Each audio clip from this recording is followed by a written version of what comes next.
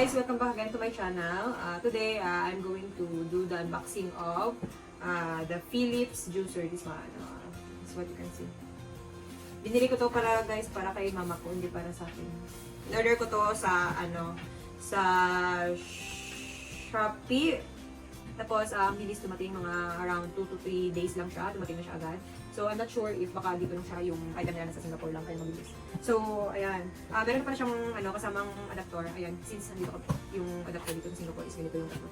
Pwede din siya kung gamitin siya. Actually, gamitin siya sa Pinas kasi nalagin ko to pag uuwi ako. So, bilihan lang namin ng adapter doon. So, ito yung adapter. Ayan. So, mag-unbox na tayo. Hindi ko siya na-open since dumating siya actually. So, ayan. Tingnan natin sa loob. Tapos, mamaya try ko siya kung gagana ba. Ayan guys. Yan. Yan. So, yung loob ng box, ito. International, meron ko na siyang international warranty. So, no need to worry kung dadalhin ko siya sa Pinas. Ayan. As long as meron kong dadalhin lang to. Tapos, ito yung manual niya. Ayan, manual. So, lagay naman ito. Actually, nabili ko siya guys. Mura lang. Yan. Ito yung muna. Sandali lang.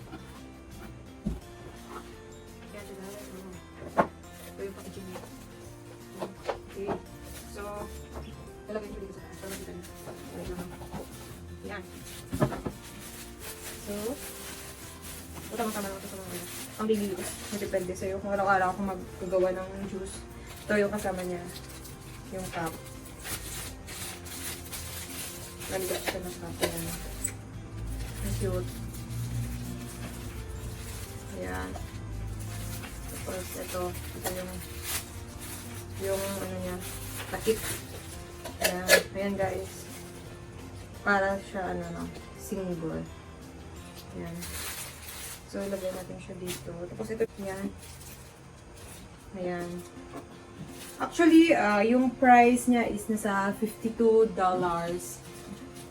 52 SGD, Singapore dollar. So, kung sa Pinas, i-convert natin, kung yung conversion natin is 36, mga around, nasa, check ko, around 1872. So, di ba guys, worth it naman siya kasi mura lang. Ayan o.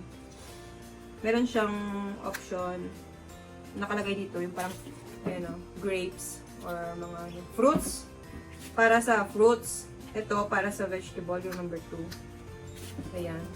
Vegetables, mga carrots, yan. Kasi yun nakalagay sa picture. Yan siya guys. So, meron siyang ito para pang push.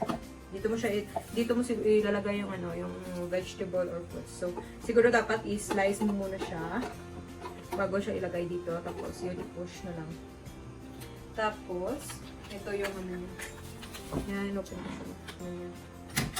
Ayan. Ito yung loob niya. Tapos, ito yung filter niya. Ayan. Filter niya sa loob. Sure, hindi ko pa siya na-try kasi hindi naman kasi ako gumagamit nito para sa mother ko. Request niya. So, ito yung dito lalabas yung juice.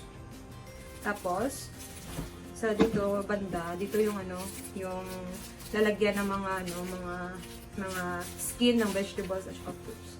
Ayan. So, itatry siya natin kung gumagana. Ayan yung niya.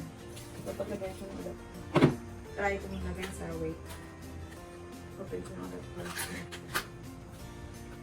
Try ko siya. Magyan. Pero syempre wala tayong fruits at juice dito. So, try ko lang siya kung gumagana. Ayan. Ano ko siya. Ayan siya. Ayan. Ayan. Okay naman yung item guys so far. Ayan. Kung ano yung nakita ko siya sa sa mismong binilhan ko sa yun. Nashock ko guys. Ayan o.